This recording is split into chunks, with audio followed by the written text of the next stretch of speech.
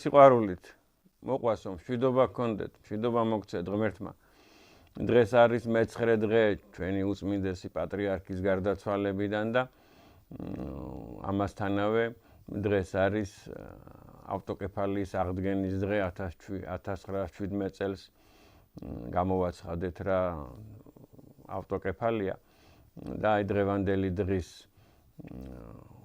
არსიდან გამომდინარე, დღევანდელი დღის მნიშვნელობიდან გამომდინარე, მე მინდა ყველა თქვენგანს, დედა ეკლესიის ყველა წევრს და დედა ეკლესიის ყველა შვილს ეს დღე მოგილოცოთ ავტოკეფალიის აღდგენის დღე და შესაბამისად კიდე ერთხელ ერთი მხრივ მოგისამძიმროთ ჩვენი უწმინდესის გარდაცვალება და მეორე მხრივ გავამახვილო ყურადღება იმ საოცარ იმედზე, იმ საოცარ გრძნობაზე, იმ საოცარ სითბოზე, სიყვარულზე, ეროვნულ ერთიანობაზე, რომელიც ჩვენ ვნახეთ აი ამ დღეებში და ყველანი ამაყები ვართ და ესეთი გაერთიანებული, შეიძლება ითქვას სულიერად გაბრწყინებული ერი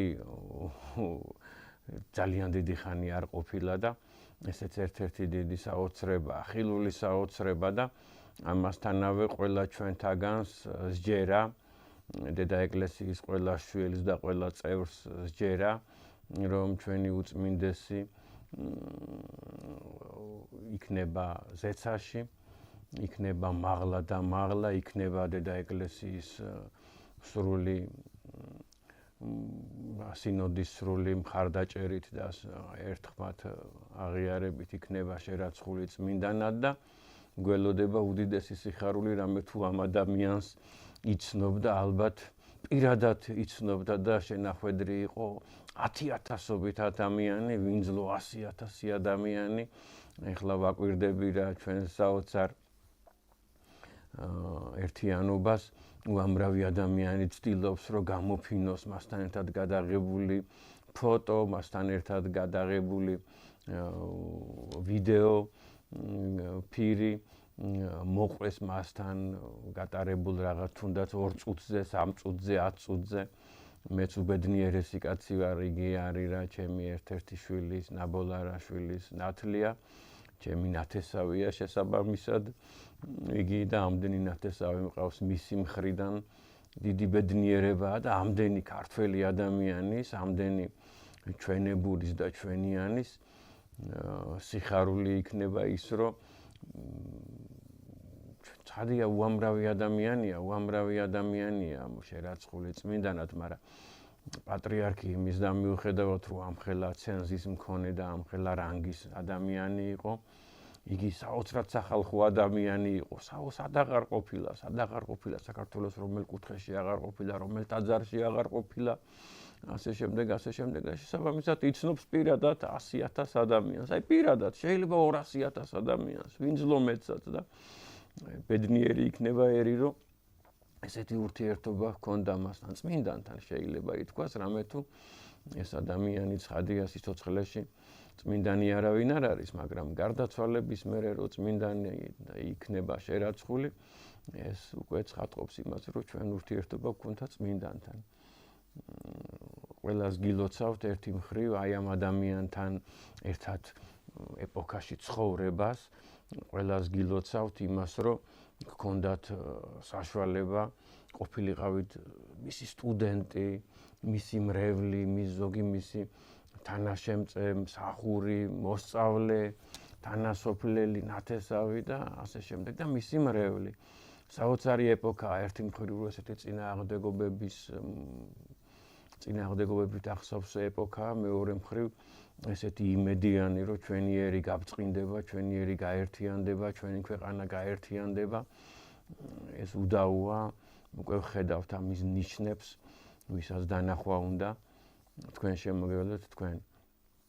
მე დღეს მოვედი კიდე ერთხელ რომ ვისაუბრო დედა ეკლესიაზე, ეს მიტროპოლიტი ანანია ჯაფარიძის ფრონტის ხაზია და მე ბედნიერი ვარ, რომ აი თქვენნაირი მსმენელი მყავს უამრავი ადამიანი, რომ ეხმიანება და მოხარული და კმაყოფილი როა ჩემი გადაცემებით, ჩემი მსჯელობებით და მეუფეს მკვლევებს მიტროპოლიტ ანანია ჯაფარიძის წიგნებს რო ეცნობა და უფრო და უფრო ძლიერდება, გნებავთ ქართულ ცნობიერებაში, გნებავთ განსწავლული ხდება რეალურ ისტორიაში, ჭეშმარიტ ისტორიაში, რომელსაც წერს მიტროპოლიტი ანანია ჯაფარიძე.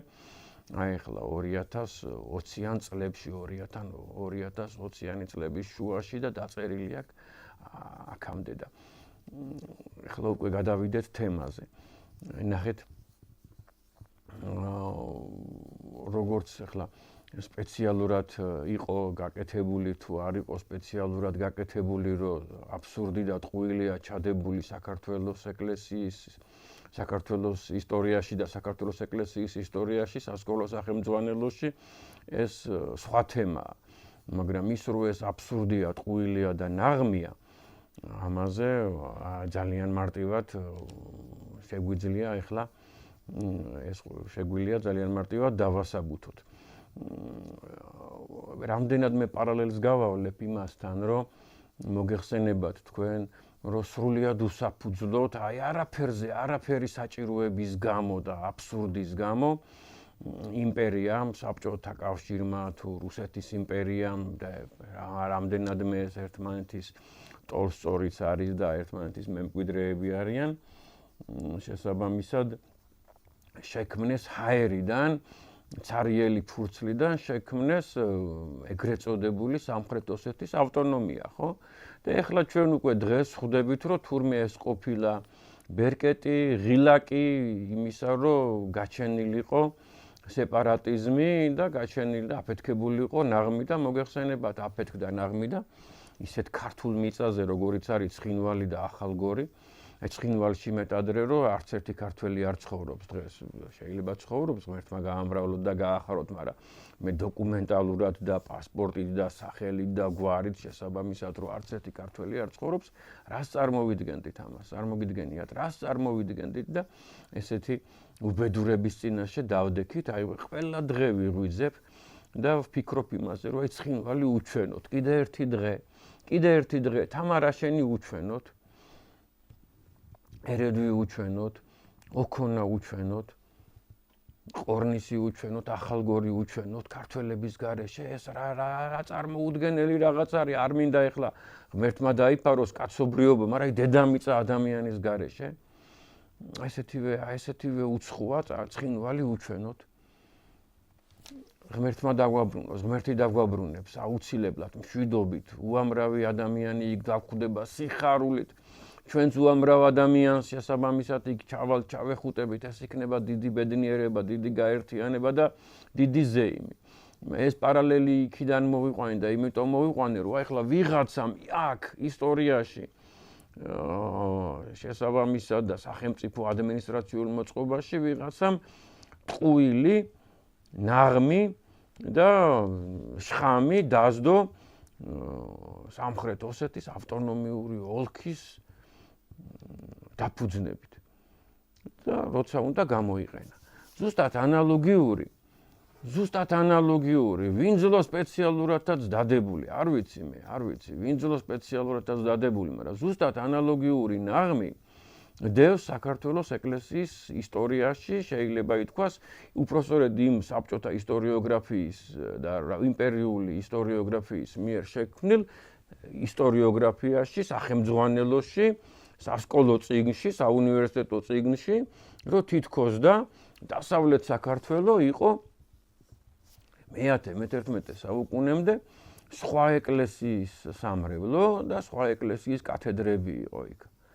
ეს არის ძალიან საშიში რამ, კიდევ ერთხელ მინდა გითხრათ და ღმერთმა ნუქნას, აი ღმერთმა გადაარჩინოს ჩვენი სამშობლო, ღმერთმა გადაარჩინოს დედა ეკლესია, ეს არის ნაღმი იმისა, რომ ღმერთმა ნუქნას ვიღაცამ შესაბამისად გადაწყვიტოს ამისი ამღრევა და არის ამისი იურიდიული საფუძველი.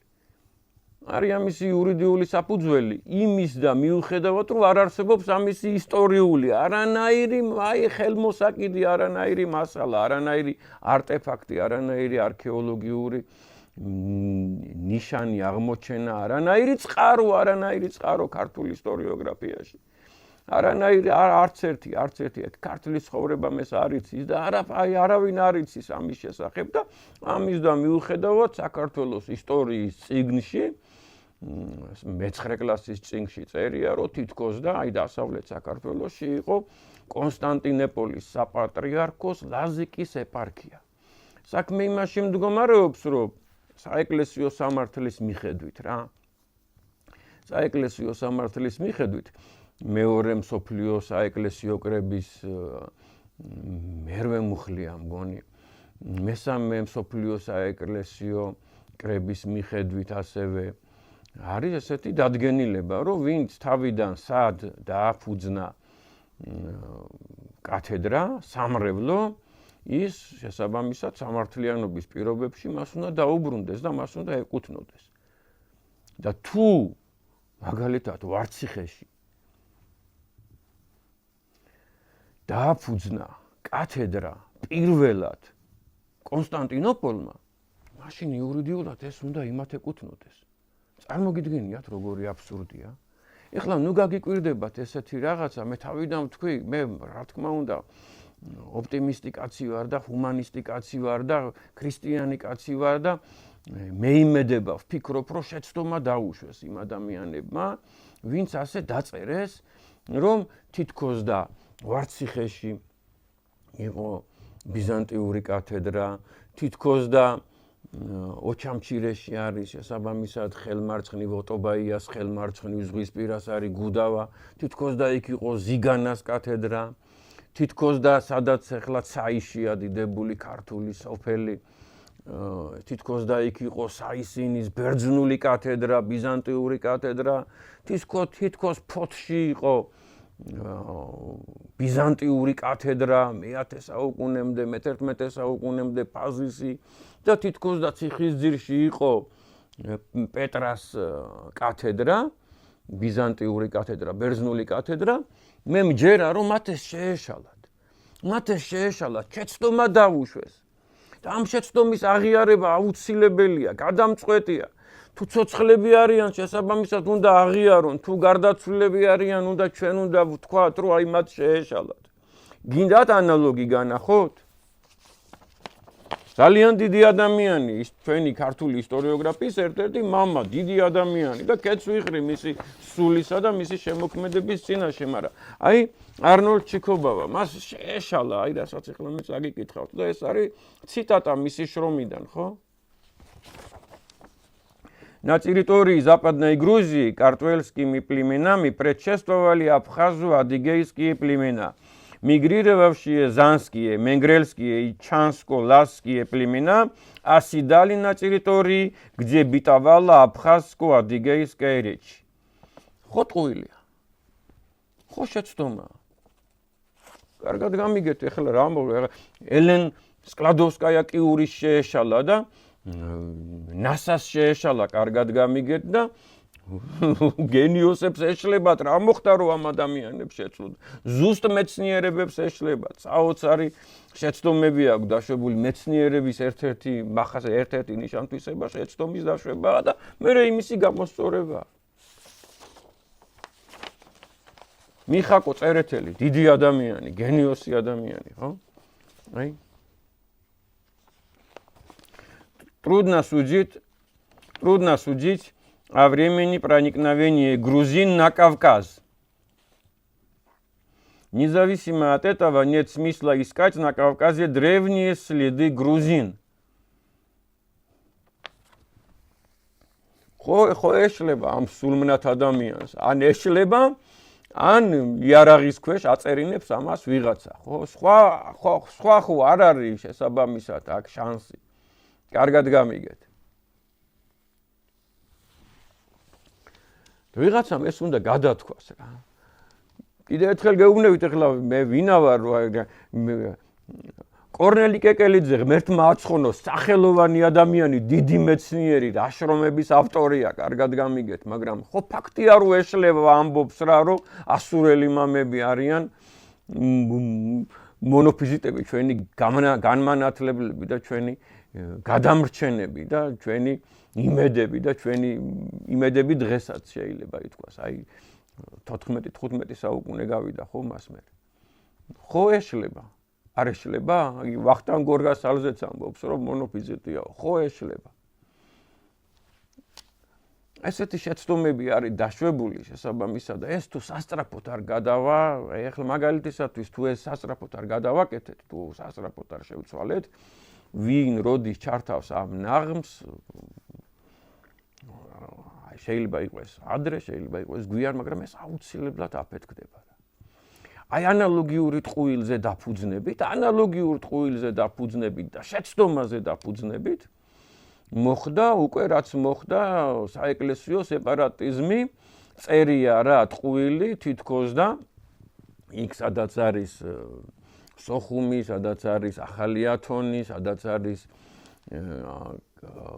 აფხაზეთი ანუ რა რომ იქ იყო კონსტანტინოპოლის საპატრიარქოს აბაზგიის ეპარქია, რომელიც შესაბამისად არსებობდა მე-9 საუკუნემდე და აი ამაზე დაფუძნებით დღეს იქაური სასულიერო პირები ხან მოსკოვში მიდიან, ხან სტამბოლში მიდიან შესაბამისად და ითხოვენ აღიარებას. იცით ეს თქვენ ალბათ, იცით და მე მაგასაც ვიტყვი, სად იყო სინამდვილეში ის აბაზგიის ეპარქია, სად იყო მისი კათედრა, რომელიც მართლაც და მოხსენიებული ექტეზისებში, ანუ საეკლესიო ნოტიციებში, ანუ საეკლესიო ნუსხებში, როგორც ახლა დედა ეკლესია გამოსცემს ყოველ დღე, ყოველ წელს საეკლესიო კალენდარს და იქ არის ჩამოთვლილი ჩვენი ეპარქიები ღმერთმა ამრავლოს ზუსტად ანალოგიურად საუკუნეში ერთხელ, საუკუნეში ორჯერ, საუკუნეში სამჯერ აი მე-5 საუკუნიდან რაც ჩვენ გვაინტერესებს მე-10-11 საუკუნემდე აწარმოებს ბიზანტია, ანუ კონსტანტინოპოლის საპატრიარქო ამ ნუსხების აღწერას, ჩამოწერას და იქ არის ნახსენები შესაბამისად სხვადასხვა ეპარქიები, უამრავი ეპარქია, ალბათ 50 ეპარქია ჰქონდა განფენილი ბიზანტიის იმპერიაში და მათ შორის არის ლაზიკის ეპარქია. და კიდევ ერთხელ გეუბნებით, ან შეცდომით, მაღალი ალბათობით შეცდომით, მაგრამ შესაძლოა არა შეცდომით, არამედ მიზანმიმართული გაყალბებით და ტყუილით იყო რა ეს ეპარქია განფენილი ტრაპეზუნთიდან ვანის ტბისაკენ, ანუ დღევანდელი თურქეთის ტერიტორიაზე, შესაბამისად ესე დიაგონალზე წარმოიდგინეთ, განფენილი იყო ტრაპეზუნთას რეგიონიდან სამხრეთ აღმოსავლეთის მხარეს, განფენილი იყო ვანის ტბამდე, სინამდვილეში, შესაბამისად იგი არის დაფიქსირებული დღევანდელ დასავლეთ საქართველოში.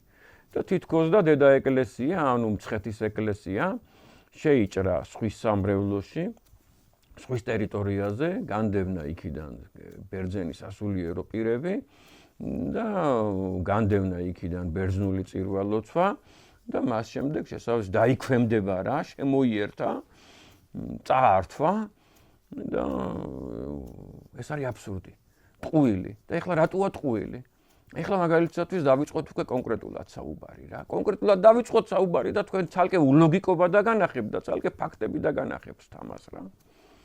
აი ულოგიკობა არის ის შესაბამისად, რომ ეხლა მე წამოგიღეთ ესეთი შემდეგი, აი ესეთი ნახაზი, თქვენ შეგიძლიათ რომ ჩაწეროთ საძიებო ველში შემდეგი რამ ბიზანტიური ტიპიური კათედრები.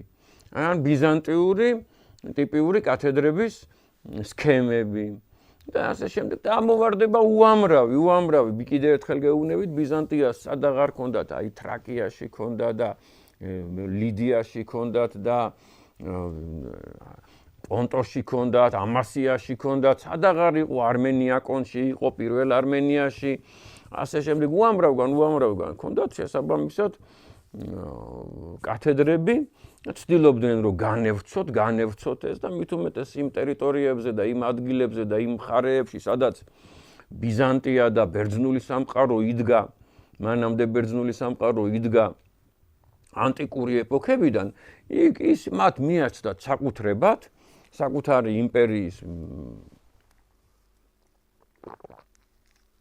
კუთვნილება და იქ ცდილობდნენ რომ გამაგრებული იყვნენ, გაძლიერებული იყვნენ, დარწმუნებულები იყვნენ, რომ უკუნისამდე იარსებებდა ეს იმპერია და ასე შემდეგ და აი ესეთ კათედრებს აგებდნენ.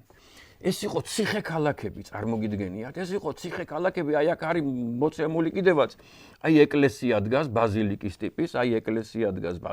ტიპის, ეს არის დიდი გალავანი, წარმოიდგინეთ, დიდი გალავანი, აქ არის შესაბამისად აი მისასვლელი გზები, დიდი გალავანი და ყოველთვის კიდევ ერთხელ ვიმეორებთ, როდესაც ბიზანტია აშენებს საეკლესიო კათედრას, იქ აუცილებლად არის შესაბამისად მცირე ქალაქის ან დაბის ტიპის ინფრასტრუქტურა, იქ აუცილებლად არის ციხესიმაგრე, იქ აუცილებლად დგას გარნიზონი, სამხედრო გარნიზონი, იქ აუცილებლად არის შესაბამისად ამასთან დაკავშირებული ყველანაირი ინფრასტრუქტურა, ეს იყო ყაზარმები, ეს იყო თავლები, ეს იყო სათავსოები, სადაც ეკლესია იქვე უნდა ყოფილიყო აუცილებლად წმინდანთა საფლავები, ანუ მორტირიუმი, აუცილებლად როგორც მინიმუმი აი სადარბაზო შესასვლელამდე უნდა ყოფილიყო რაღაცა თუნდაც 1 კილომეტრი, თუნდაც 9 კილომეტრი მოკირწყლული გზა და ასე შემდეგ. და ეს არის ტიპიური არცაც შეიძლება ითქვას მსგავსი რამის გარეშე მათ ეკლესია, კათედრა არ აუშენებიათ, არ დაუფუძნებიათ. როგორც წეღარ მოგახსენეთ, ესეთი ხუთი ესეთი კათედრა ეგულება საბჭოთა ისტორიოგრაფიას, რომელსაც გადათქმა არ უნდა, 5 ესეთი კათედრა ეგულებათ დღევანდელ დასავლეთ საქართველოს ტერიტორიაზე. და საქმე რაში მდგომარეობს ახლა? იყო ესეთი დიდი ადამიანი, დიდი მეცნიერი, კარგად გამიგეთ ახლა საბჭოთა ისტორიოგრაფია და საბჭოთა ეპოქა არის ურთულესი ხალხო. ურთულესი ეს იყო ცენზურა, ეს იყო ძალდატანება, ეს იყო შესაბამისად აი გალაქტიონ ტაბიძეც კი უამრავ რაღაცას ვერ წერდა. ან თუ წერდა შეფარვით წერდა, გამიგეთ. ჩვენ ამაზე ბევრი გვაქვს ნასაუბრები და მე არ ვიცი ახლა რა ხდება, როგორ ხდება რა, ნეტა მათ გულში ჩამახედა, მაგრამ აი ეს ღმერთმა აცხონოს ვახტანგ ჯაფარიძე, საოცარი ადამიანი, ძალიან დიდი არქეოლოგი. 60-იანი წლების ბოლოს და 70-იანი წლების დასაწყისში მთავარი არქეოლოგი იყო, ექსპედიციის ხელმძღვანელი იყო, წარმოგიდგენია და თხრიდა სასწაული არქეოლოგიური ძებნა, ძიება, გათხრის სამუშაოები ჩაატარა ვარციხეში, ბაღდათის რაიონში და ვერაფერი ვერ იპოვნა ბიზანტიური. თვითონ ის ციხესიმაგრე, რომელიც აგებულია, ვარციხის ციხესიმაგრე. იგი ამბობს, რომ მე-4 საუკუნის არის, სანამ ჯერ იუსტინიანია და სანამ შეიძლება ითქვას, რომ დაწყებებს და უფრო ადრინდელია, ვიდრე კონსტანტინე დიდია მოსული. წარმოგიდგენიათ, ვიდრე კონსტანტინოპოლია დაფუძნებული, აი მე-4 საუკუნის ციხესიმაგრეა ეს ადგილი, მე მე-4-მე-5 საუკუნის ციხესიმაგრეა, შემდეგ, ანუ თვითონ ის ციხესიმაგრე, რომელიც დგას ბიზანტიელები თვითონ აღიარებენ, რომ ბიზანტიელების აშენებული არ არის. იდგა ის ციხესიმაგრე, ვარციხის ციხესიმაგრე. ზოგი რომ ამბობს, რომ ესო ვარდციხე არისო, ვარდის ციხე არისო, მაშ რა დააშავა სიტყვებმა ვარკეთილმა და ვარძიამ და ისეთმა სიტყვებმა, რომელნიც ნაწარმოებები არიან აი ამ ფუძით და არსით ვარ. შესაბამისად ეს და იქ რო უნდა ყოფილიყო აუცილებლად გრანდიოზული ეკლესია, მეტადრე როდოპოლისის ეკლესია, რომელზეც ეს გონიათ, იყო მოსაყდრე, ანუ მოადგილეს მთავარი კათედრის, ანუ ფაზისის კათედრის მოადგილე უნდა ყოფილიყო და გრანდიოზული უნდა ყოფილიყო. ეკლესიის კვალი არ არის ნაპოვნი, არც საძირკველი ხალხო. არ არის ნაპოვნი მორტირიუმი, არანაირი, სადაც შეიძლებოდა რომ აი მაშინ დაასაფლავეს ადამიანები, წმინდანები, იმ ეკლესიაში მომსახური ადამიანები, საუკუნეების განმავლობაში თითქოს და როგორც საბჭოთა ისტორიოგრაფია ამბობს, ეს მე-10 საუკუნემდე იყო და დამბარტონისა და ოუქსის საოცარი მუზეუმი არსებობს, ისინი სულაც მე-11 საუკუნეს ამბობენ, რომ ქართველებზე დაყრდნობით ცხადია და საბჭოთა ისტორიოგრაფიაზე დაყრდნობით ამბობენ ამას, რომ მე-11 საუკუნემდე იყო ეკლესიაო, წარმოგიდგენიათ, ბერძნულიო, რომელიც თითქოს და ჩვენ ქართველებმა გავყარეთ რა, ანომალია რა. შესაბამისად არაფერი არ არის ნაპოვნი. თვითონ და აი იმის და მიუხედავად, რომ თვითონ ამბობს, რომ საერთოდ არაფერი არ მიპოვნია ბერძნული საეკლესიო ნივთი, საეკლესიო რაღაც მაგალითისათვის კედელი, წარწერა, ფრესკა, ასე შემდეგ ვერაფერი ვერ იპოვეს. არა, მაინც იყო ბიზანტიური კათედრა. გადათქმა არ უნდა, თან არ შეუულიათ რომ გადათქვან რა. ან არ შეეძლოთ ცხოვრებაში რომ გადაეთქვათ რა. ეს რაც შეეხებოდა ვარციხეს. კიდევ ერთხელ იქ რო ჩაბძანდებით ახლა და ექსკურსია მძღოლი დაგვხდებათ, ისიც გეტყვით რომ არაფერი, არა ნაკლები, ესეთი სიტყვა აქვთ მოფიქრებული, რომ მცირედად არის გამოვლენილი და კონკრეტულად რო ეტყვით რა არის გამოვლენილი ბიზანტიური ეკლესიის კვალი აქ, მაინც ვერ აქვს პასუხობენ. საერთოდ არაფერი არ არის გამოვლენილი. კიდევ ერთხელ ვიმეორებ, დაინტერესდით რა. დაინტერესდით, აი ფერსათელები, პატრიკეთელები, ოფსკვითელები, მან სამეზობლოში მცხოვრები ადამიანები, ვარციხელები, ბაღდათელები, ქუთაისელები, დაინტერესდით რა არის აქ ბიზანტიური. არაფერი არ არის ბიზანტიური, მსგავსი რამე რომ ესე უკვალოდ გაქრეს, ბუნებაში არ არსებობს ხალხო. მე ადრე კიდევ ერთხელ გეუბნებით, ეს ხო არ იყო რაღაც პატარა ნივთი. გრანდიოზული ეკლესია უნდა ყოფილიყო, გრანდიოზული, აი ესეთი უნდა ყოფილიყო, აი. და ესეთი ერთადერთი და უსახელო სად არის? ეხლავე გეტყვით რა. არის და იმას სახელი არ აქვს, რომელიც ნამდვილად ბერძნულია და რომელშიც არაფერი არ არის ბერძნული. არაფერი და ერთი წელი არ ყოფილა იქ ბერძნული წირვა-ლოცვა, არამს თუ 6 საუკუნე. შესაბამისად, ესეთი არის საქართველოს ტერიტორიაზე იდენტიფიცირებული 7 5 ეგრეთ წოდებული ბიზანტიის, 5 ლაზიკის ეპარქიისა და 2 კიდე აბაზგიის ეპარქიისა. სირცხვილი. ეს რაც შეეხებოდა თითქოს და მყოფობას ვარციხეში როდოპოლისის ეკლესიისა, ბიზანტიის ეკლესიისა. ეხლა ავიღოთ შესაბამისად წარმოიდგინეთ ჩვენ ტკბილ აფხაზეთში, როგორც კი მაგალითისათვის აი გალის რაიონს რო გადიხართ და მთავრდება გალის რაიონი და იწყება ოჩამჩირის რაიონი, იქ არის სოფელი აჩიგვარა, წეღანის შეცდომით ოტობაია ვთქვი მომიტევეთ და აჩიგვარადან არის მარცხნივ გადასახვევი ზღვისკენ, წარმოგიდგენიათ, ანუ ზღვისკენ ესე ჩადიხარ და იქ არის პირველი გუდავა, მეორე გუდავა. საოცარი სოფელი წალკოტი შეიძლება ითქვას. აი მაგ ადგილასო, პირველ გუდავაშიო და მეორე გუდავაშიო და ზოგადად გუდავაში, მოდით ასე ვთქვათ, იყო კონსტანტინოპოლის საპატრიარქოს ლაზიკის ეპარქიის კათედრა ზიგანაო. შენ ხარ ჩემი ბატონი, ჩაბძანდებით იქ ღმერთმა ჩაგვიყვანოს ძალიან მალე. ან ყოფილ ხართ იქ რა, უამრავი ეჭვი არ მეპარება და შესაბამისად ან კიდე შეგიძლიათ უამრავი მასალა ნახოთ. ეს არის გეოლოგიური, მინერალოგიური, ლანდშაფტური რუკები, ასე სამხედრო რუკები.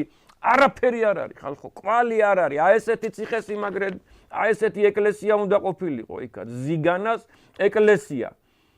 იქ ღმერთმა აცხონოს ქართული არქეოლოგიის კიდე ერთი მამა პარმენ ზაქარაია თხრიდა. 4 თვითონ აქ დაწერილი, რომ 4 წელიწადი ვეძებეთო და ვერაფერი ვერ იპოვეს. სადღაც იქ შესაბამისად არის ნაპოვნი 2-3 კვადრატული მეტრის რაღაც ნატეხი შეიძლება ითქვას, აი ესეთი ნატეხი, 2-3 კვადრატული მეტრის კედელი, ალიზი, ნალესი, რომელზედაც ამბობენ ეს არისო სანათლავის ნაწილიო. დოქტორანტები ამბობენ ამას, პროფესორები ამბობენ, ხალხო, აი გაოცებული ვარ, დისერტაციაზე ამბობენ ამას, რომ ეს არისო იმისი ნაშთიო, აი ესეთი ციხესიმაგრის, ქალაქის ეკლესიის ნაშთიო, ეს არისო. ეს პატარა 3 კვადრატული მეტრის ნალესი რო გდიაო და დანარჩენიო მდინარე ოქუმმა წაიღო. ეგეთი ყეყეჩები ყოფილან იუსტინიანეს ეპოქის ხალხი ესე. იგი იუსტინიანემ სოფლიო რო ააშენა, შეიძლება ითქვას მაშინ მე-6 საუკუნეში და აი ესეთი ყეყეჩი ყოფილა, რომ ისეთ ადგილას ააშენეს და ისეთი მდინარის ადგილას და კალაპოტში ააშენეს, ან ნაკალაპოტარში, ან სამომავლო კალაპოტში, რომ მდინარემ წაიღო და თან ისე წაიღო, რომ ქვები არ დატოვა. ლოდები არ დატოვა, ესეთი ციტადელები არ დატოვა და არ გავუკეთეს აი ამ მდინარეს რაღაც შესაბამისად აქცევის ნაგებობები და გაბიონები და ასე შემდეგ და აი ესეთი ციხესიმაგრე მდინარემ წაიღო. სხვენოდეთ რა, სხვენოდეთ საკუთარი ლოგიკისა რა, თუ ამას ფსევდოლოგიკისა სხვენოდეთ რა. და ტყუილისა რა. მე იცით რა მაღელვებს, კიდე ერთხელ მაღელვებს, რომ არ ვიტყვი, როდის იქნება, რანაირად იქნება, აი იქ თითქოს და ოქუმის სანაპიროზე, თითქოს და ბერძნული ეკლესიის მყოფობა არის იმის წინაპირობა, რომ დაირღვეს დედა ეკლესიის ერთიანობა. ხო გასაგებია, ეს მაღელვებს. თორე ზოგი ადამიანი ეხლა გამვლელი, გამომვლელი ოროსანი ან 2 წუთი რო ჩართავს ეხლა ტელევიზორს და მე სხვაგან გადართავს. იტყვის რა მნიშვნელობა აქვს მე-8 საუკუნეში, რა ეკლესია იდგა გუდავაში, ოჩამჩირის რაიონში, გინდა იდგა, გინდა არ იდგა, რა მნიშვნელობა აქვს. მაგრამ აი ამასთან თანამდევი არის მრევლი, ამას ასულიერო პირი, ეპისკოპოსი აი ასე შემდეგ ხვდებით რასაც ღმერთმა დაიფაროს დედა ეკლესია განყოფისაგან. ანდრიას დაფუძნებული ეკლესია, წმინდა ანდრიას და წმინდა სიმონ კანანელის დაფუძნებული და კიდე მრავალი მოციქულის დაფუძნებული დედა ეკლესია.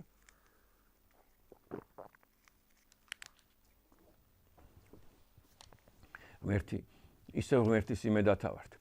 ანალოგიური, კიდე ერთხელ გეუბნებით, პარმენ ზაქარაიამ ვერაფერი ვერ იპოვნა, ძეგლი ვერ იპოვნა, ვერანაირი ძეგლის კვალი ვერ იპოვა გუდავაში. საბჭოთა ისტორიოგრაფია ამბობს, რომ აქ იყო ზიგანას კათედრაო. ვახტანგ ჯაფარიძემ ვერაფერი ვერ იპოვა 4-5 წლის განმავლობაში ბერძნული და აქ იყო როდოპოლისის კათედრაო. და ის ეკლესიაო, სადაც იყო და ვინძლო იქ მორტირიუმიო, ქართველებმაო, ბაღდათელებმაო, იმერლებმაო, ქრისტიანებმაო, ზედო სასაფლაო გადაფინესო რა, ზედ ხალხი დაასაფლავეს. ნა ეკლესიარზეო და სასაფლაოსა და მორტირიუმის წმინდა ადგილებზე იმიტომ აღარ ჩანსო. ციხესიმაგრე და სხვა ნაგებობები, სამხედრო ნაგებობებიც აღარ ჩანს, რა ვქნათ, აღარ ჩანსო. ანალოგიური შესაბამისად, ეხლა 99% კი არა 100% მაშინ იუსტინიანეს ეპოქაში ისეთი ეპოქაა, რომ ცხადია შენდებოდა ბაზილიკის ტიპის ეკლესიები, ხვდებით ხორის თქმამიდა. თითქოს და ცაისში იყო ეს ხო არ არის თურქეთის ტერიტორია და სომხეთის ტერიტორია და აზერბაიჯანის ტერიტორია, რომ ან ეხლა ვერ დავათვალიეროთ და ან ოდესღაც გვიჭირდა, ხო, გათხრების ჩატარება და დღესაც გვიჭირს, ხო, ნეტა ღმერთმა დაძრას ის საკითხი, რომ ტაოკლარჯეთში საფუძვლიანი გათხრები დაიწყოს და სასწაულები ამოვა. კოლაში, არტაანში, ყარსის რაიონში, კარნუში, სპერში, ტაოკლარჯეთში, ტრაპეზუნთაში საოცრებები ამოვა, ეჭვი არ მეპარება, საოცრებები ამოვა. ქართული ისტორიისა და ქართული ენის გავრცობისა და არეალის ყველანაირი წყარო და მასალა ამოვა, ღმერთი ინებებს ამას, ღმერთი. ზუგდიდში, ცაიშის ადგილასო იყო საისინის კათედრაო. იქაც მოგეხსენებათ, ეს გაცილებით გვიანდელია ქართულ ხუროთ მოძღვრებაში, ტაძრებზე, შემოსაზღვრული, შემოფარგლული გალავნები, თქვენ ეს იცით და იქაც არანაირი კვალი, აბსოლუტურად არანაირი კვალი ზუგდიდში, რომ იყო საისინის კათედრა კონსტანტინოპოლის ეკლესიის ლაზიკის ეპარქიისა. ფოცს რაც შეეხება.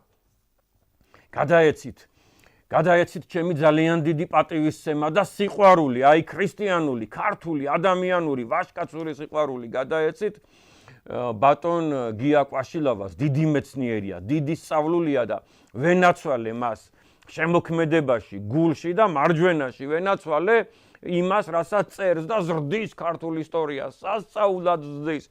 აგეთ კრეტამდე გაიტანა და მინოსულ კულტურაში იპოვნა ქართული კვალი და ასე შემდეგ. შემოვევლე მას, მაგრამ კიდე ერთხელ გეუბნებით, არაფერი ამაში საწყენი არ არის.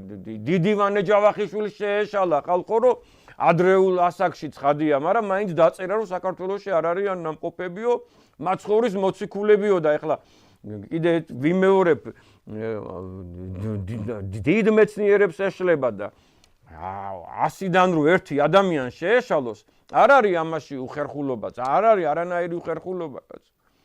შემოევლოს ჩემი თავი გია კვაშილავას, მაგრამ ამ წინებზე დაწერა და მოიტანა პტოლომეუსის რუკა. და პტოლომეუსის რუკაზე არისო გამოყვანილი ესეო გრძედებიო და განედებიო და კოორდინატთა სისტემაო, რომელიც ემთხვევაო ფოთსო, რომ აქ იყო ფაზისიო რა.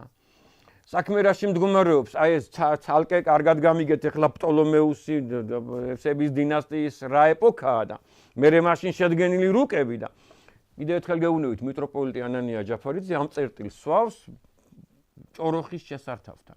სადაც ტბაც იყო, მდინარეც იყო და ქალაქიც იყო და ამისი ცოცხალი კვალი არსებობს რა.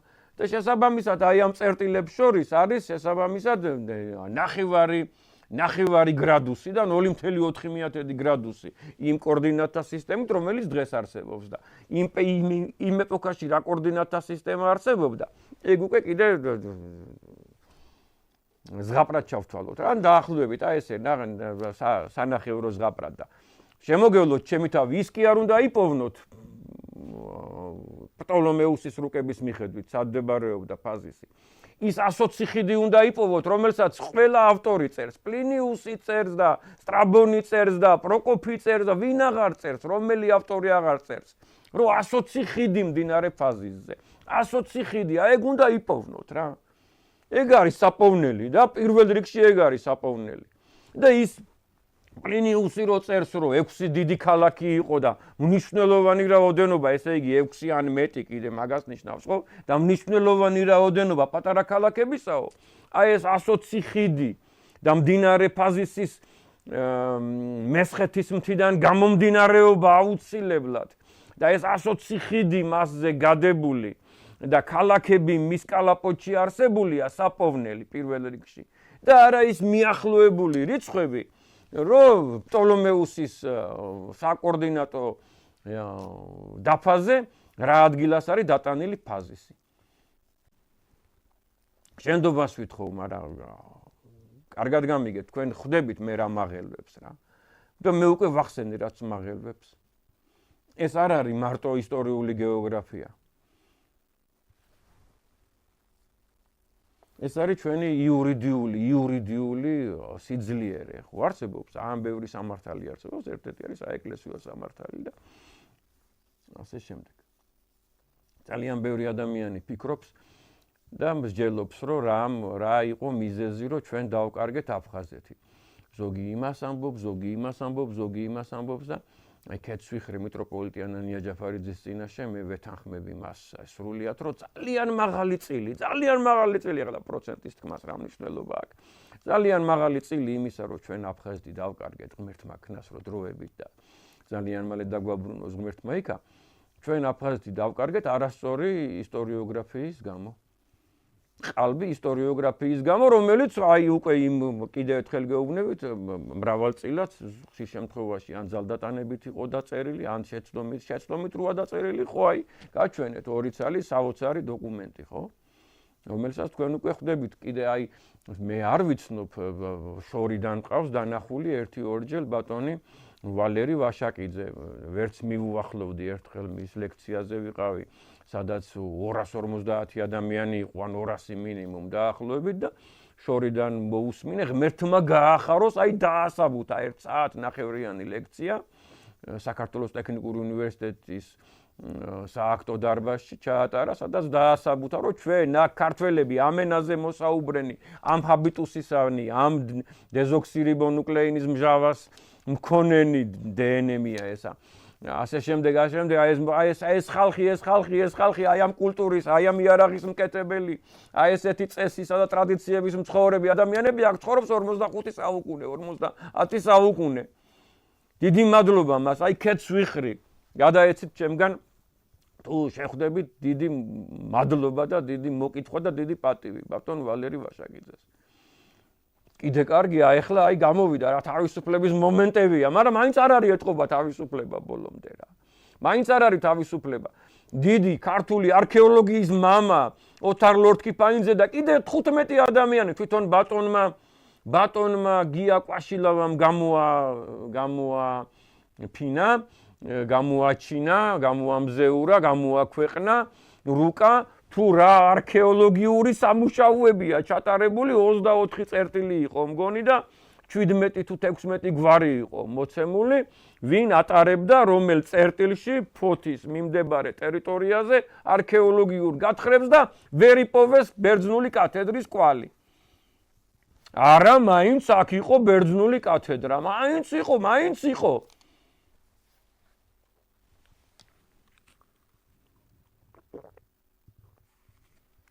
შენდობას ვითხოვ.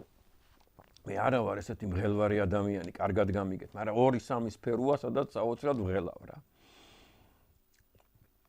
2-3 სფეროა, კარგად გამიგეთ რა. მეტი არ არის და ყველა ეროვნულ სფეროს ეხება. ღმერთმა ხო იცის რა. არც ამ პარტავანი ადამიანი არა ვარ ზოგადად, რომ ეხლა საკუთარ თავს ვაქებდე და ყოველთვის ვცდილობ, რომ სიმშვიდე შევინარჩუნო, მაგრამ აი ამ სიტუაციაში ცოტა მიჭირს რა. იმიტომ მიჭირს, რომ აი კიდე ერთხელ გეუბნებით მე ვხედავ ძალიან დიდ საფრთხეს რა. მეცაც გეტყვით ეხლა აი მე ამ დასავლეთ საქართველოს მიმართულებით, რადგან ჩვენი სახელმწიფოებრიობა დღეს რამდენადმე შეიძლება ემთხვევა ქართულ დედა ეკლესიის ეპარქიათა რუკას და აქედან გამომდინარე დღეს დასავლეთ საქართველოზე ვსაუბრობდა იქ არსებულ მდგომარეობაზე, მაგრამ ანალოგიური გაუგებრობა და აბსურდი არის იმაში, რომ აკადემიკოსები გამოდიან და ამბობენ, რომ ბოდბეში, სადაც წმინდანინოა დაკრძალული და სიღნაღში და წნორში და ველისციხეში და გულგულაში და ლაგოდეხში, კახში და ზაქათალაში და ბელაქანში და ალიაბადში იყო ალბანური ეკლესია და ალბანური კათედრა და ალბანური კულტურა და ალბანური ენა და მე ჩვენ ისინი გავაკართველეთ და ანუ მიმტაცებლები ვყოფილვართ რა. მიმტაცებლები ვყოფილვართ ეს რეგიონის განმანათლებელი ხალხი, წარმოგიდგენიათ. ესეც ნაღმია, იცით? ეგეც ნაღმია, ეგ მიმართულებაც, ის მიმართულებაც და შესაბამისად მისახედია რა. რაქნასამ შეიძლება ითქვას ღრმად მოხუცმა მიტროპოლიტმა ანანია ჯაფარიძემ 77 წელშია კაცი და შეიძლება ითქვას რომ გადადებულია ამ ფრონტზე და ამ საქმეს და გვაფრთხილებს უწმინდესიც გვაფრთხილებდა. უწმინდესი ჩვენი პატრიარქი გვაფრთხილებდა და სინოდის დადგენილებებშია და სინოდის კრებების დოკუმენტაციაშია, რომ გაყალბდა საქართველოს ისტორია, გაყალბდა, აი ეს შეცვალეთ, აი ეს გადააკეთეთ, თითქმის პირდაპირ აკმიტითებული ამ ადამიანს. წერილებში, დოკუმენტებში, ბრძანებებში, სინოდის დადგენილებებში, განკარგულებებში. პირადად რომ მე ვიცნობ, პირადად ვიცნობ 3 ადამიანს. ერთი ადამიანზე არ მაქვს ახლა მისგან ნებართვა, რომ თქვა მისი სახელი და გვარი, მარტო იმას ვიტყვი, რომ ექიმი ადამიანია და მეგობრობა მაქვს, სატელეფონო საუბრები მქონია, პირადი საუბრები მქონია ამ ადამიანს, რომ მე ჩემი ყურით გავიგონეო, რომ პატრიარქმა სთხოვა დღევანდელ ქართული ისტორიოგრაფიის უფროსებს, მამებს, დღევანდელს, აი ცოცხლებს, რომ აი ეს პარაგრაფი შეცვალეთო რა. ეს ერთი და იყო საქართველოს ტექნიკური უნივერსიტეტში, საქართველოს ტექნიკური უნივერსიტეტის დამფუძნებლის შვილი იყო, ღმერთმა აცხონოს პროფესორი, დიდი პროფესორი ბატონი ვანო გორგიძე, მანაც თავისი ყურით გაიგონა, რომ უწმინდესმა სთხოვა, ეს უკვე სხვა ღონისძიება, სხვა შეხვედრა, რომ უწმინდესმა სთხოვა საქართველოს ისტორიის წიგნის ავტორებს, აკადემიკოსებს და პროფესორებს შესაბამისად, რომ აი ეს ნაწილი შეცვალეთ, გადააკეთეთ. მან 5-ჯერ თქვა, 7-ჯერ თქვა ჩემთან დასწრებით, რომ შემსწრე იყო აი ამ საუბრისა. ვანო გორგიძე, პროფესორი, საქართველოს ტექნიკური უნივერსიტეტის ღირსება და პატიოსნება და ამაგდარი ადამიანი. და მიტროპოლიტი ანანია ჯაფარიძე. მეუფე ანანია დღეს ქიროტონიით ყველაზე უპირატესი, უხუცესი ადამიანი სინოდში. ქიროტონიით მანგლისის და თეთრიწყაროს მიტროპოლიტი მეუფე ანანია თვითონ არის შემსწრე. მგონი არა ერთხელ. ეს ადამიანი ხმამაღლა ამბობს. რომ სთხოვა, არანაირი შეცვლა არ მომხდარა, წარმოგიდგენიათ. რაც შეეხება პეტრას. შესაბამისად ციხისძირში მართლაც არის ციხესიმაგრე, შეიძლება ითქვას, რომ ეს არ არის არანაირი აუღებელი ციხესიმაგრე და არანაირი რაღაც განსაკუთრებული და არც ის არ არის შესაბამისად, რომ რაღაცა განსაკუთრებულ ადგილას არის სტრატეგიულად და ასე შემდეგ, ნამდვილად არ არის ის როგორიც არის მოხსენიებული პროკოფი კესარიელთან და ასე ძველ ავტორებთან, რომელნიც ამ ლაზიკის დიდომებს აღწერენ და საიდანაც ჩვენ ვიგებთ აი ამ ცნობებს, როგორი ბრძოლები მიმდინარეობდა, სად იყო განლაგებული შესაბამისად და რო იყო იქ ქალაქი ამ სახელწოდების და კათედრა ამ სახელწოდების. ციხისძირში ქობულეთსა და ბათუმს შორის მართლაც არის ციხესიმაგრე და იქ მართლაც დგას ეკლესია. მაგრამ ეს არ იყო ქალაქი, ეს არ იყო ქალაქი პეტრა და ეს არ იყო კათედრა პეტრა.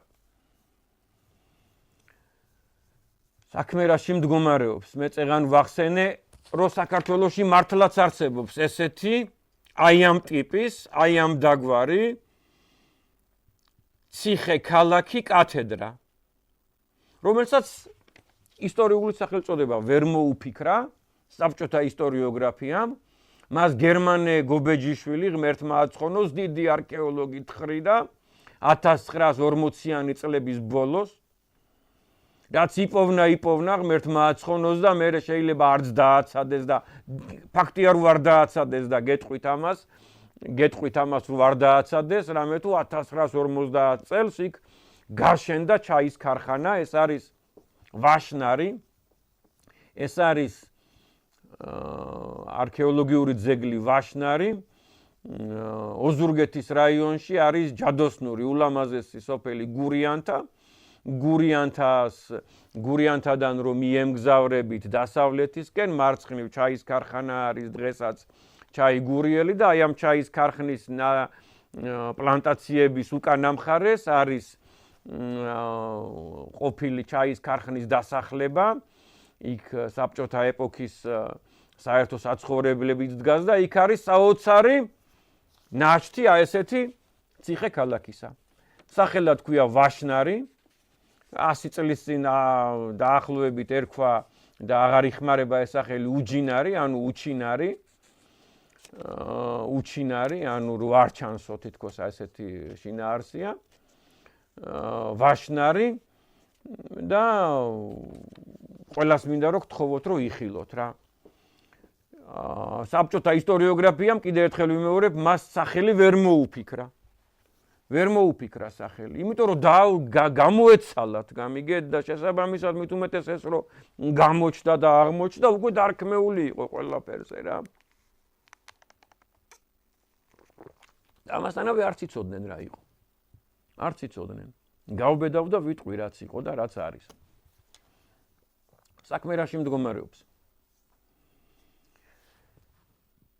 კიდევ ერთხელ ვიმეორებ, მოდით ისევ ვაშნარზე ვიტყვი რა. ეს არის გრანდიოზული ტერიტორია, რაც უკვე გამოაჩინეს, იქ საქართველოს ტექნიკური უნივერსიტეტის არქეოლოგიის დეპარტამენტი ბატონი ვაჟა სადრაძე არის ამ არქეოლოგიური გათხრების ხელმძღვანელი და ბატონი მერაბ ძნელაძე ძალიან დიდი ადამიანი, კეთს ვიხრი მის წინაშე, მისი ღვაწლის, ცოდნისა და ადამიანობის წინაშე.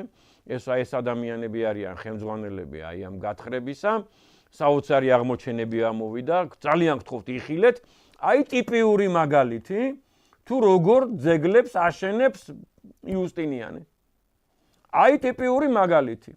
ეს არის წარმოიდგინეთ, რომ აი დგას შესაბამისად საძირკველია, ყველა საძირკველი შეიძლება ითქვას, ეხლა რაც გათხრილია და რაც გაწმენდილია, ისე არის გაკეთებული, რომ მიწიდან არის ამოსული ზოგი 20 სანტიმეტრზე, ზოგი 10 სანტიმეტრზე და იქ ეკლესიის ბაზილიკის ტიპის ეკლესიის საკურთხეველი სულაც 3 მეტრზე, 2 მეტრნახევარზე ესე არის ჩამონგრეული შესაბამისად და ამხელა კედლებია და იქ უკვე დიდებულად ჩანს ეს კონტურები და ჩანს კონტურები ეკლესიისა, ციხესიმაგრისა, ციტადელისა, მორტირიუმისა, მისასვლელი გზებისა, საწყობებისა, სათავსოებისა, ყაზარმებისა და კიდე შესაბამისად სად არის ფული და სად არის ქველმოქმედება, რომ განივცოს ეს ტერიტორია და ამოვა დაახლოებით ალბათ 5, 6, 7 ჰექტარზე გადებული სასწაული ციხესიმაგრე. და ეს იქნება საოცარი შესაბამისად ძეგლი იმისთვის, რომ უცხოელები კიდე ერთ ადგილზე ჩამოვიდნენ. მეცნიერები ისე იმათი მეცნიერები და იმათი მეცნიერება ძალიან მდიდარია. ჩამოვლენ აქ, ჩაატარებენ ლექციებს, კონფერენციებს, ღონისძიებებს, მათ ძალიან აინტერესებთ, რომ აი გამოჩნდა ტიპიური ძეგლი, ტიპიური ბიზანტიური ძეგლი. აი აქ უნდა ყოფილიყო და მე ვამბობ მოკრძალებით, რომ აი აქ იყო პროკოფის აქვს აღწერილი, რომ იუსტინიანემ აბაზგებს აუშენა ეკლესია.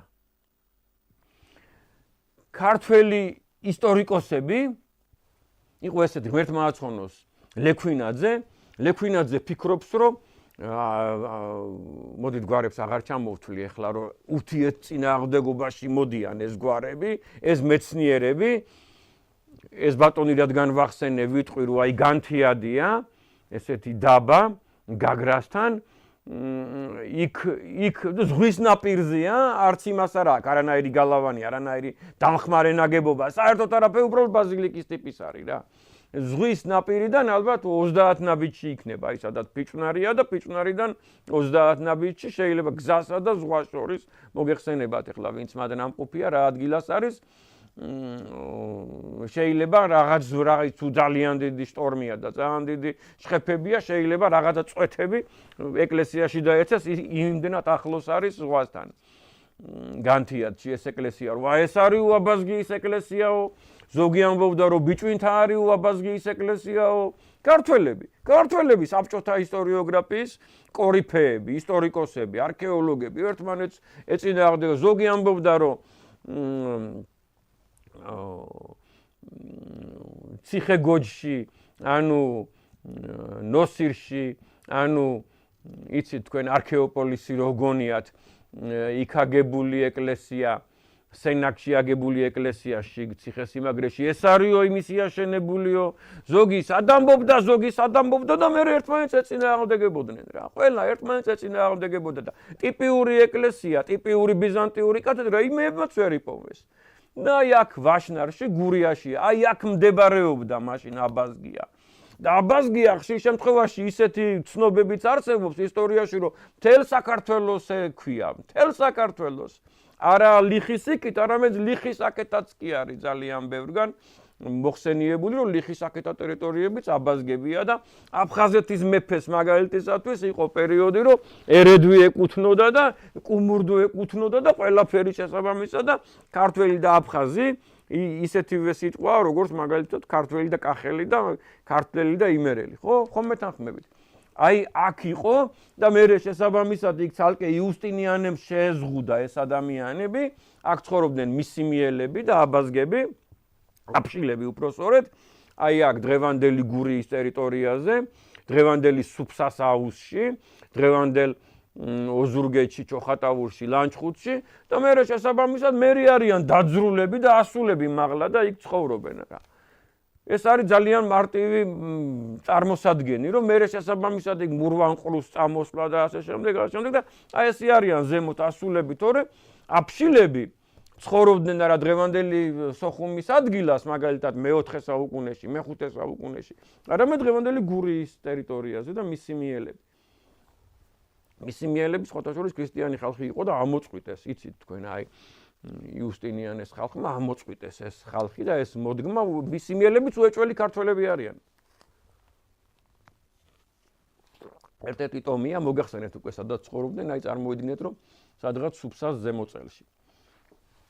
აი აქ იყო ეკლესია, ეს წერტილი, ეს ადგილი არის ზღვის დონიდან დაახლოებით კი არა 9-10 მეტრი და არის ესეთი დიდი მეცნიერი კოლხიდმშენის ტრესტის ხელმძღვანელი იყო დიდი და ამასთანავე რომ უამრავ ტექნიკურ ლიტერატურას წერს და გამოსცემს ბორის ინასარიძე ღმერთმა აწყონოს მხატვრული პატარ-პატარა ჩანართები აქვს წიგნში და შესაბამისად ახასიათებს იმ რეგიონს ამ ადამიანმა და ამ ორგანიზაციამ კოლხიდმშენმა საბჭოთა ეპოქაში 6000 კვადრატული კილომეტრი დააშრო. წარმოგიდგენიათ, რამხელა სამუშაოები აქვს ჩატარებული.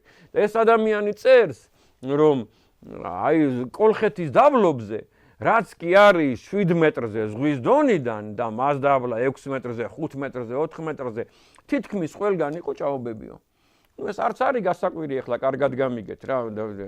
ერთხელ ერთ ნატანებელ კაცს ეწყინა რომ უთხარი, რომ აქ ჭაობი იყო მეთქი და მაგან პაპის, ანუ ბაბუის ასაკი გაიხსენა ალბათ და მაშ ბაბუის ასაკშიც იყო ჭაობები.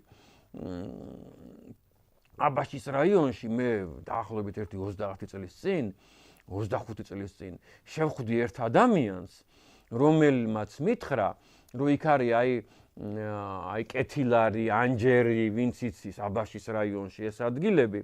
იქ ხიდი გადადის საბჭოთა აი ამ ხიდის სანახავად ვიყავი წასული დაახლოებით 28 წლის წინ დაახლოებით და 30 წლის წინ და იქ ერთი ადამიანი გავიცანი რომელმაც საოცარი ამბავი მოყვა რომ აი აქო მამაჩემთან ერთადო და ჩემს ტყუპისცალ ბიჭუნასთან ერთადო 75 წლის კაცი ყვება 10 წლისანი რო ვიყავითო მე და ჩემი ტყუპისცალიო მივდიოდითო ესე ყანაშიო მამა და ორი შვილი წარმოიდგინეთ და ესე უნდა მოგვევლო დიდი წრე უნდა გზის პირას ესე უნდა გვევლო რომ ჩვენს ყანაში მივსულიყავითო რა და მამამ რამდენჯერმე ახსენაო რომ აი ჩვენი ყანა აქვია ჩვენი ყანა აქვს არა ესე უნდა წავიდეთ უნდა მოუარო და ერთხელაცო რაღაცა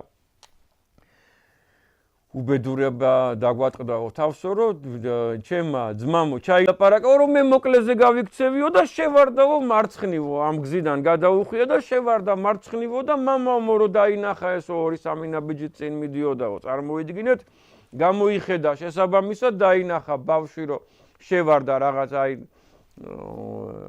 ნათესებში ასე შემდეგ და შეყვა მამას აძებნელად და მიწამ ჩაყლაპა პატარა ბიჭუნა ესეთი ტიპის ჭაობები იყო იქა და ყვირილი ერთი წუთი გრძელდებოდა და მე ტირილად გადაიქცა ეს ყვირილი რომ ბავშვი სამუდამოდ დაიკარგა.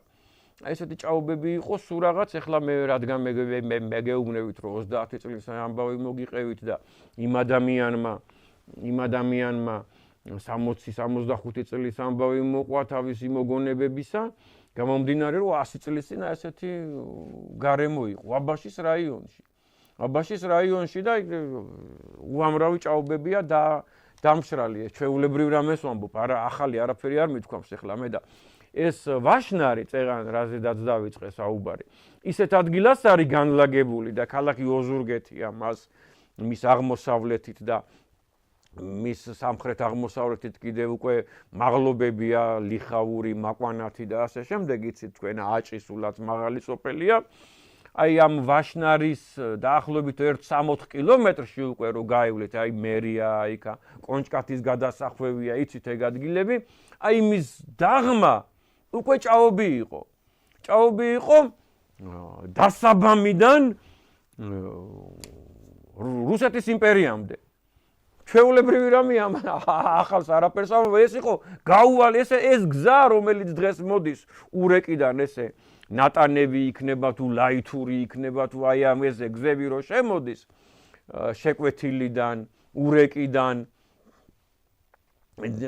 ეს გზები არ არსებობდა ეს იყო ჭაობი გაუვალი ჭაობები იყო შეუძლებელი იყო იქ ცხოვრება შეიძლება ითქვას რა ზოგი ადგილი შესაბამისად იყო ამობურცული სადაც ადამიანი უნდა მისულიყო შესაბამისად ნავით თორე ან ცოდნე ან ლასტებით უნდა მისულიყო ან სხვადასხვა ასე შემდეგ თორე გაუვალი იყო იქ გამორიცხულია რომ ყოფილიყო დიდი დასახლებები და გზები ასე რომ აი აქ ვაშნარში რომ მისულიყო ადამიანი და ჯარი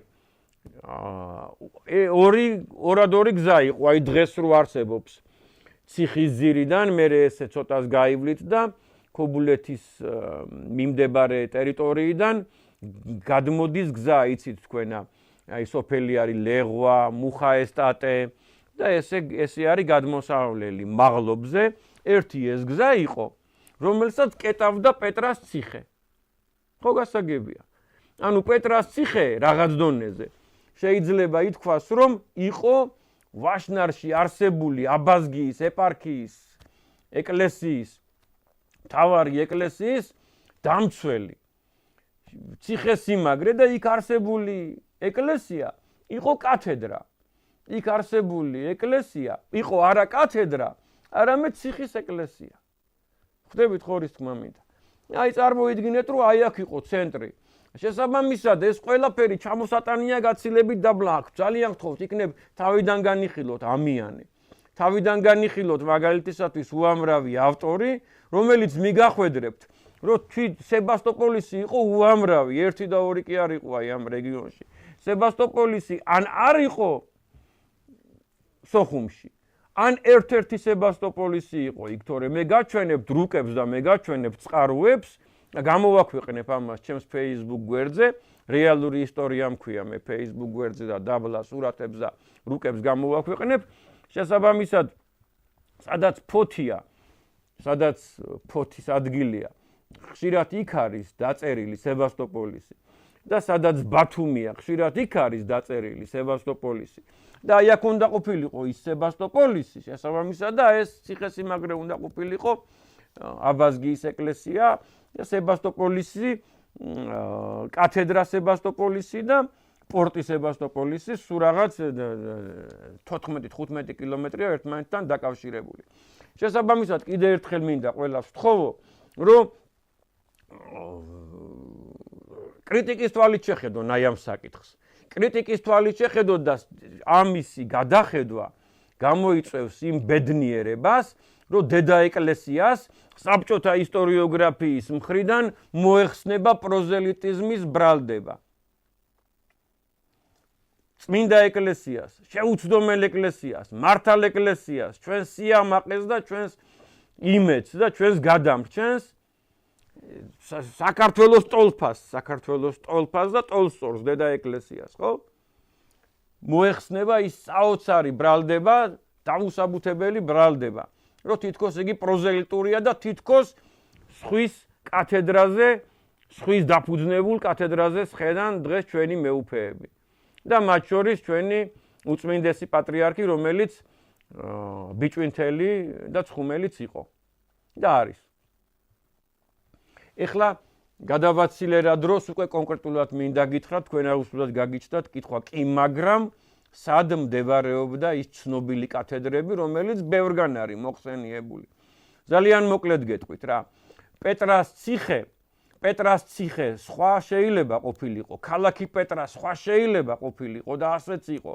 და პეტრას კათედრა კიდე სხვა შეიძლება ყოფილიყო, სხვა ადგილას ყოფილიყო შეიძლება ქალაქი პეტრა, ციხე პეტრა და კათედრა პეტრა კიდე სხვა ადგილას ყოფილიყო.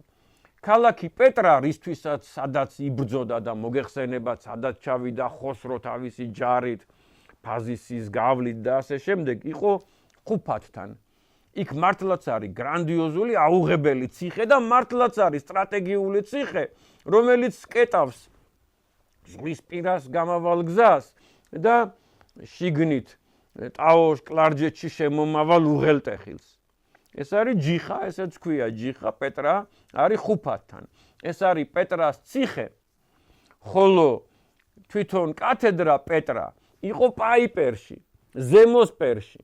იქ არის პეტრას კათედრა. რაც შეეხება როდოპოლის, დღესაც შეგვიძლია ვნახოთ სიხარულით დაგემგზავრებით, ან ძალიან მოხარული ვიქნებით, თქვენ და მე მგზავრებით, მე და ერთად გავემგზავროთ მაგის თქმა მინდა, ტრაპეზონის სამხრეთით, იქ სადაც სუმელა არის, იქ არის სოფელი იაზლიკი, ადრე ერქვა ლივერა, სულ ადრე მე-10 საუკუნემდე ერქვა დოუბერა, ქართული სახელი, ჭანური სახელი. იქ არის 45 ეკლესია, 45 ნაეკლესია არის, როგორი ტიპიური მაგალითი როგორი უნდა ყოფილიყო კათედრა, ისეთი ტიპიური ნაგებობები შესაბამისად როგორიც არის, იქ არის როდოპოლისის კათედრა. რაც შეეხება ზიგანას. ზიგანა იყო არა ოჩამჩირის რაიონში, სოფელ გუდავაში, არამედ უკვე აი გუმიშხანესკენ რო გადადიხართ, ტრაპიზონის კიდევ უფრო სამხრეთით, გადადიხართ მაღალ მთაგრეხილს და იქ საოცარი პლატო ადგილია. იქ არის ზიგანას ეკლესიები, 15 ზიგანას ეკლესია დღესაც ყველა სოფელი, დაბა, მთაგრეხილი, ტბა, ყველაფერი ზიგანა ქვია და სიტყვა ზიგანა ალბათ ზეგანმა გააჩინა. ესე უღელტეხილივით ადგილია და ძალიან ტრადიციული ადგილია და ისეთი ძლიერი ტოპონიმია, რომ დარჩა და ვერ გადააკეთეს. თურქეთის სახელმწიფომ 99 ტოპონიმს რო შეუცვალა სახელი, აქაურობას ვერ შეუცვალა. ისეთი ძლიერი იყო და დარჩა ზიგანა. ძალიან გთხოვთ, წამოხვიდეთ და ერთად ვნახოთ. რაც შეეხება ფაზისი. ფაზისი როგორც მოგვახსენეთ, ქალაქი ფაზისი, მდინარე ფაზისი უეჭველი, რომელზედაც საუბრობენ. მდინარე ფაზისი 5-ია. 5 მდინარე ფაზისია. მაგრამ არსებითი რა არის, იცით? რომელზედაც საუბრობენ, რითიც ჩვენ უნდა ისტორიული, გეოგრაფიული ნახაზები და რუკები შევქმნათ, რომელზედაც საუბრობენ ისტორიის მამები და გეოგრაფიის მამები, სტრაბონი, პლინიუსი, პროკოფი კესარიელი, ფსევდოსკილაქსი კარიანდელი, ასე შემდეგ ამიანე და უამრავი ეს დიდი ავტორები, აგათია, რომლებიც საუბრობენ და ახასიათებენ ფაზისს. ეს იყო მდინარე ჭოროხი, გრანდიოზული მდინარე, სახელოვანი მდინარე, საწყალოსნო მდინარე, ოქროთი და წიაღისეულით სავსე მდინარე, სატრანსპორტო არტერია, საოცარი მდინარე, ჩვენი კულტურის ერთ-ერთი აკვანი, ჩვენი ქართველი ერის ერთ-ერთი სიამაყე. ეს არის მდინარე ჭოროხი, 120 ხიდიანი. დღეს უკვე 150 ხიდიანი. საოცარი ნაგებობებიანი. ძალიან გთხოვთ ერთად მოვიაროთ, მე ეს მდინარე ძალიან კარგად ვიცი, დიდი სიხარულით ვიკნები თქვენი ექსკურსია მძღოლი. სათავიდან შესართავამდე 20ჯერ მაქვს გავლილი, გამოვლილი და ასე შემდეგ აზომვილი. აი ზუსტად მის შესართავში იყო ქალაქი ფაზისი, ულამაზესი ქალაქი ფაზისი და ამოსულია გრანდიოზული ეკლესია. იქვე აი შესართავიდან, სადაც უერთდება ჭოროხი, შესაბამისად იქ და აი ამ წერტილიდან დაახლოებით 9 კილომეტრში არის აღმოჩენილი იქ სოფელი ავგია, სოფელი ახალსოფელი და გონიუ ერთად არის, ვერც მიხვდები სად თავდება ერთი და სად იწყება მეორე. აი სოფელ ავგიაში, რომელიც ჩერწყმულია სოფელ გონიოსთან, არის გრანდიოზული ეკლესია, სადაც მარტივად რო წარმოიდგინოთ 250 ადამიანი დადგებოდა წირვაზე და რატო ააშენეს მე-4, მე-5 საუკუნეში ეს ეკლესია? მე-4, მე-5 საუკუნეში საქართველოს ისტორიული მემკვიდრეობის ძეგლთა დაცვის საიტზე ესე წერია. რატო ააშენეს ამხელა გრანდიოზული ეკლესია? თუ იქ გრანდიოზული მრევლი არ იყო, ყველაფერის დასტური ეს არის, შესაბამისად, რომ უნდა ყოფილიყო იქ გრანდიოზული მოსახლეობა, გრანდიოზული მრევლი. ციხესიმაგრიდან 800 მეტრია. გონიოს ციხესიმაგრიდან 800 მეტრია. აი სად იყო ქალაქი ფაზისი. კიდე რომელი საისინი იყო იქ ეკლესია საისენორუმ წერია და იქვე შემდეგ სხვა ნოტიციაში წერია ეკლესია აბისენორუმ. ეს იყო ვანის ტბის მიმდებარედ, ვანი აი სადაც რო წარმოვიდგინოთ, სადაც მანასკერტია, სადაც მუშია, სადაც აი კარნუს დაბლა, ანუ ერზრუმის დაბლა, იქ იყო საისინი და არა ზუგდიდში. აი იქ იყო ლაზიკის გრანდიოზული ეპარქია, ესე განფენილი, უდიდესი და შესაბამისად ყველა ეს ძეგლი და ყველა ეს კათედრა ტიპიური არის ბიზანტიური კათედრის ტიპიურია. ღმერთმა გაუმარჯოს ჭეშმარიტებას ისტორიაში და ღმერთმა გაუმარჯოს მეცნიერებაში, ჭეშმარიტებას და სიმართლეს და მე ყველა ადამიანს მოგესალმებით ქრისტეს მიერი სიყვარულით და ყველას გთხოვთ, რომ აი გნებავთ მეგიახლებით თქვენ, როცა ინებებთ და თქვენც ნებისმიერ დაინტერესებულ ადამიანს მოესვლება საქართველოს ტექნიკურ უნივერსიტეტში თუ გნებავთ მიტროპოლიტი ანანიას კათედრაზე, თეოლოგიის სასწავლო ცენტრის კათედრაზე და უამრავ მასალას მოგცემთ იგი. ღმერთმა დაგლოცოთ, ღმერთმა გადაარჩინოს დედა ეკლესია, ღმერთმა გადაარჩინოს ქართველი ერი, საზეპურო ერი, ღმერთისგან ხილულად დაცული, გადარჩენილი და აქამდე მოყვანილი ერი. მშვიდობა გქონდეთ, ჯანმრთელობა გქონდეთ. დიდი მადლობა.